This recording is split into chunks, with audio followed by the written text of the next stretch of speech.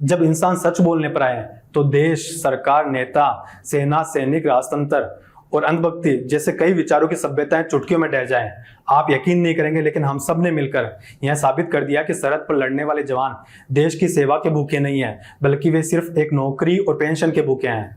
नमस्कारम, स्वागत है आपका आज़ादी की तारीख में। हमारे देश में महान नेता हुए हैं, पर वर्तमान समय हुक्मरानों को जमाना है जिन्हें जनता को हुक्म देने में बड़ा मजा आता है। जरा सोचो, यदि आज की तारीख में देश का हर एक सैनिक सरहद पर लड़ने से मना कर दें और देश का युवा सेना में जाने से मना कर दें, तो सबसे बड़ा नुकसान किसका होगा? जनता का या फिर किसी और का?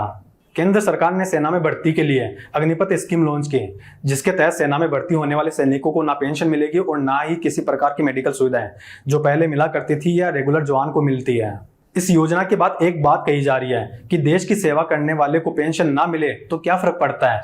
क्या वे देश की सेवा में पेंशन नहीं छोड़ सकते हैं? माना कि सेना का बजट मैन पावर, सैलरी और पेंशन में बड़े स्तर पर खर्च होता है, जिसे कम करना जरूरी है ताकि तकनीक के मामले में हम आगे बढ़ सकें। ये अच्छा कदम है, लेकिन सैनिक अपनी जान हथेली पर रखकर शहादत को तैयार रहते हैं, तो क्या इन सैनिकों और इनके परिवारों के लिए देश के नेता खुद अपनी पेंशन नहीं छोड़ सकते हैं? दूसरी बात, अपनी शहादत अपनी हथेली पर रखकर चलने वाले सैनिकों के परिवारों का ध्यान रखना क्या सरकार की जिम्मेदारी नहीं है?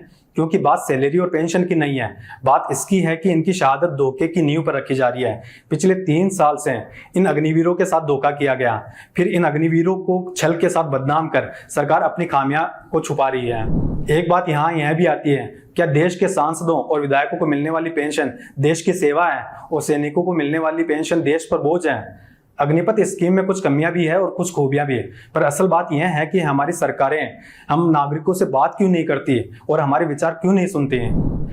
हमारी सरकारें यह क्यों समझती है कि वही सब समझते हैं, देश का नागरिक कुछ नहीं समझता, देश के नागरिक को सही की समझ नहीं है। यदि सेना और सैनिकों का इतिहास पढ़ा जाए तो सत्ता की कुर्सी पर बैठे लोगों और देश के हर एक नागरिक को उस इतिहास की हर एक बात कड़वी लग सकती है, क्योंकि सरहद पर लड़ने वाले सैनिकों की शहादत त्याग के भाव के साथ होती है और यह त्याग का भाव हमारे मौजूदा हुक्मरान बिल्कुल भी नहीं जानते हैं।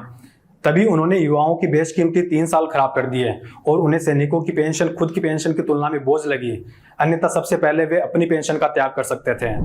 अब आखिर में अग्निपथ योजनाओं पर युवाओं द्वारा की गई हिंसा को कटघरे में खड़ा करने के साथ साथ हमें हमारी सरकारों द्वारा की जा रही लगातार मानसिक हिंसा को भी कटघरे में खड़ा करना होगा, ताकि सरकारों को एहसास हो कि हमेशा नागरिक ही गलत नहीं होते हैं। शुक्रिया, आज के लिए इतना ही। मिलते हैं अगले वीडियो में।